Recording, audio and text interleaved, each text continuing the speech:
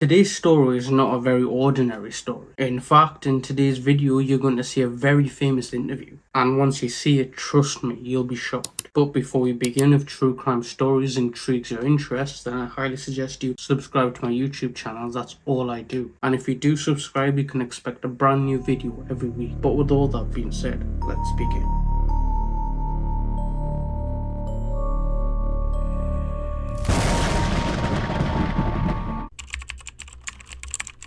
This story starts with a girl named Lauren Giddings, and she was born on April 18th, 1984, in a place called Tacoma Park. The place that she would spend most of her time in would be one of them quiet towns. Tacoma Park is basically the suburbs of Washington, and so she would grow up there and go to school there as well. But when it came time to go to college, instead of going to a university that was pretty close to her, she would instead go to Macon, Georgia in 2008, and she would go there to attend law school at the Mercer University. And the main reason she wanted to go to law school is because she loved to help people out. And what good way could that be by going to law school and doing law? Not only would she earn a good living, she would be able to help many people out. So for her it was a no-brainer, and for the next 3 years, that would be her life until in 2011 she would finally graduate. But she would continue to stay in the same school to keep studying for her bar exams. Now of course, over the next couple of months, Lauren's life would become very stressful, as it would for any person trying to get into law. Luckily for her, it was mid-June, so she would get some time off. So she would sit down on her chair and she would tell herself that I need some alone time. And in this alone time, I can really focus on my studies. And so she would contact her family and would tell them that, hey, I'm just gonna go off the grid for a couple of weeks. And the reason was so I can just get ahead of schoolwork. So her parents would reply back and would tell her that that's completely fine. If you need anything, just give us a message. And after that, both parties would hang up, and next was telling her friends. And just like her parents, her friends would say, that's fine, if you need anything, just give us a message. So with all that done, Lauren would sit back on a chair and would just start her work. On June 29th, so 3 weeks, when Lauren sent her last text message to everybody, Lauren's sister, Caitlin, was sitting on her bed reading a book. And for some reason, she couldn't shake off this feeling that even though Lauren said that she was gonna be off grid, the fact that she hasn't even texted or called anyone to let them know that she's still okay was really getting to her. And this feeling wouldn't really go away, and it was practically eating away at Caitlin until she had enough. The feeling had got so strong to the point where Caitlin couldn't ignore it anymore. And Caitlin was a big believer in trusting your gut instincts. So she would call Lauren's friends and would ask Lauren's friends that, hey, have you heard from Lauren? And all of them would say the last time that they spoke to Lauren was that last message that she sent before she went off the grid. And ever since then, all of her friends got nothing from her. Both Caitlin and Lauren's friends had the same exact feeling that something must be up. And so they would all agree to investigate on what the hell was going on. Pretty quickly, they would all arrive at Lauren's apartment. And as soon as they got to the car park, they could see Lauren's car was parked there. So they all knew that she must be home. After getting out the car and looking into Lauren's car to see if she was there, they found that Lauren wasn't in the car. And so they would head to Lauren's apartment, where they would reach to her door and they would just proceed to knock on the door. They knocked once and got no response. So they would knock again, but even louder, but still no response. And this time they would basically punch the door, but again, still no response. So they resorted to plan B, even though they didn't want to do this because this was kind of invading her privacy. All of her friends were just too worried about her. One of Lauren's friends named Ashley Morehouse knew where Lauren kept a spare key, so she would get that key and she would unlock the door. And all of the girls would head inside to Lauren's apartment. And once all of them were inside, they would begin to shout for Lauren. But again, just like outside, they got no answer. The girls would find all of Lauren's stuff in her apartment, such as her keys, her books, her purse. Everything was inside, but there was no Lauren. And this really confused the girls and obviously got them scared, because where would Lauren go without her keys or purse? And after a bit more looking around and still finding no Lauren, Ashley, another one of Lauren's friends, would just have enough and call 911 and would just tell the police the whole situation, because deep down she knew that whatever was going on wasn't normal at all, and something bad must have happened to Lauren. The police would arrive quickly and they too would begin to search the house, and they would note that there was no sign of forced entry, and they didn't see any blood or any sort of some struggle that Lauren could have been through. But when the police got to Lauren's bathroom, things began to get a bit more weird. As they opened the bathroom, they were hit with this weird smell, and as they began to look around the bathroom, they noticed that the bathroom itself was pretty clean, but the smell didn't match up with the cleanliness, if that makes sense. So they would spray luminol, and well, if you don't know what that is, it's basically something that the police use to reveal blood that had been wiped off. For example, let's say there was blood on the wall and the criminal began to wipe it off fully. This luminol, even though the blood's off the wall technically, can still reveal the traces of blood. Luminol is just highly sensitive to blood and would just oxidize the blood when the blood gets touched by luminol. And so the police began to spray the luminol all over the bathroom, and right away they knew that there was a homicide because there was blood all over the wall. The girls obviously began to scream and cry because they just saw all this blood out of nowhere, and this blood could only be owned by Lauren. The police would usher them out and then quickly tape off the bathroom and the whole apartment as a crime scene, and eventually would escort the girls out of the apartment. And right away a search would be sent out to search the perimeter of the building. The searchers unfortunately would find nothing until they began to search outside where the trash cans were, and pretty quickly once they got near to the trash cans they could smell this horrible potent smell that was coming out from one of the cans. At first all the searchers were backed off and they didn't want to go near this can, but one searcher got the courage, put his finger over his nose, and he began to get closer to the can, and as he got closer and closer the smell would get stronger. Plus it was pretty windy on that day, so that would just breeze into his nose, ultimately making it worse. Now he's at the can and then he slowly opens it, and as soon as he opens it he drops the lid and runs away and then begins to puke. And why was he doing that? Because inside the can was Lauren's torso and it had been severed. The police would obviously quickly take the can away and would also begin searching more around the area to find the rest of Lauren's body, but unfortunately they wouldn't find anything. Detectives would ask who could do such a horrible thing to a defenseless woman, and all the bystanders would just call this person a monster. A couple of miles away, a man by the name of Stephen McDaniel was at a news station, and you might be asking why, and that's because he was given an interview at the local station because Lauren, who was missing, was apparently his friend. And as he was talking to the interviewer you could tell that he was being very remorseful, and he would actually begin to tear up and would just say that, "I just want my friend back."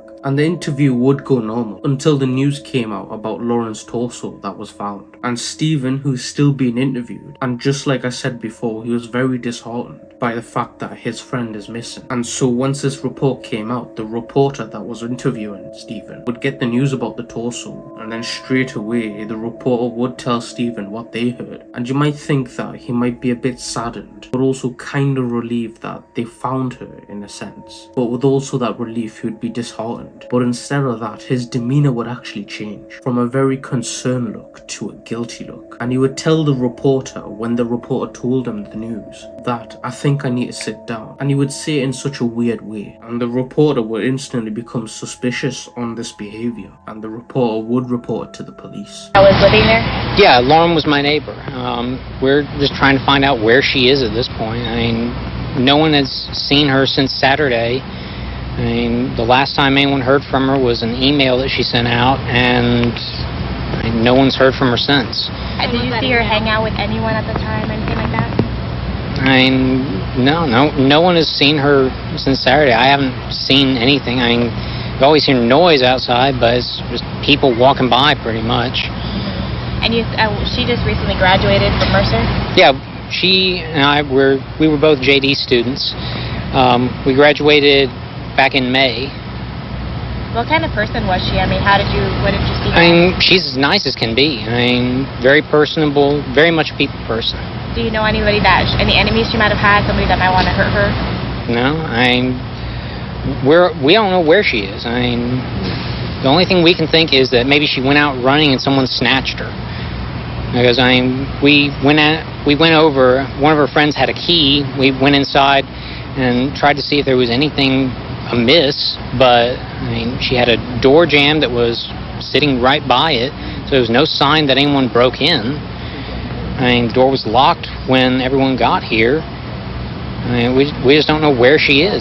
What about in the parking lot area? I know they've been doing a lot of. I think that's where they had recovered the body or whatever they recovered from there. Body. Had you seen anything there? Had you seen anything there? I mean, we don't know if this is the same person. You know what I mean? Like, they took out a body there earlier. We don't know if it's the same person or not. So that's how we're trying to ask people if they know who lived there.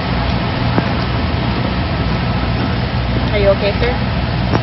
I think I need to sit down. Okay.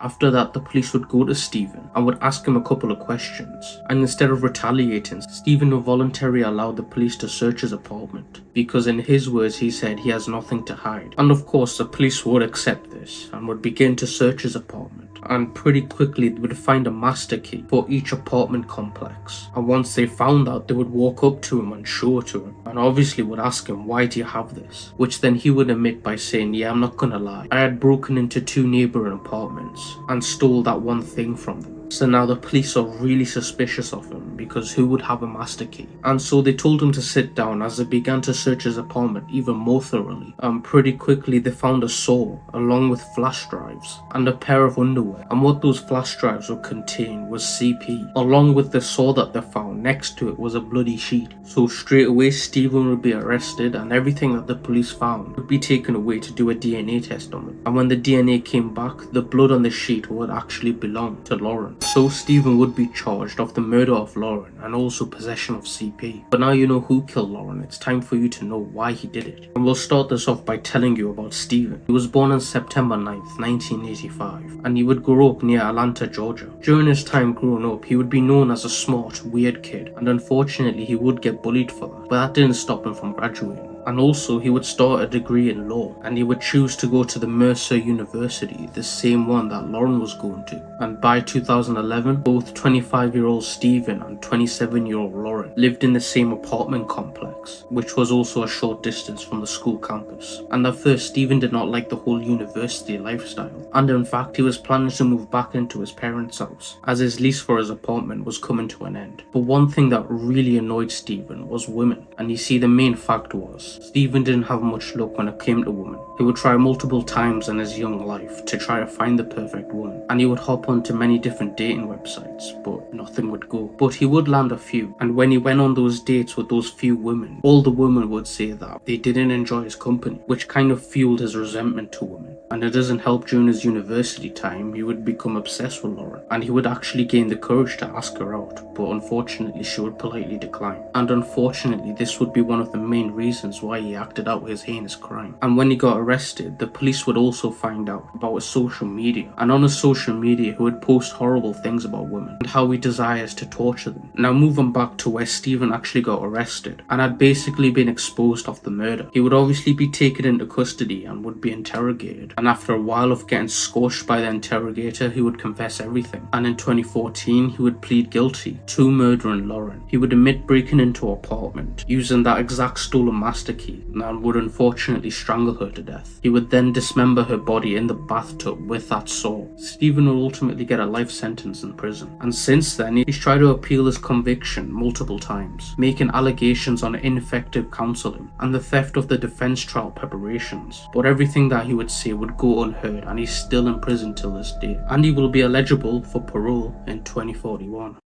So that'll be it for today's video. Comment below on what you thought about this case. But if true crime stories intrigue your interest, then I highly suggest you subscribe to my YouTube channel, as that's all I do. And if you do subscribe, you can expect a brand new video every week. But with all that being said, thank you for watching, and yeah, goodbye.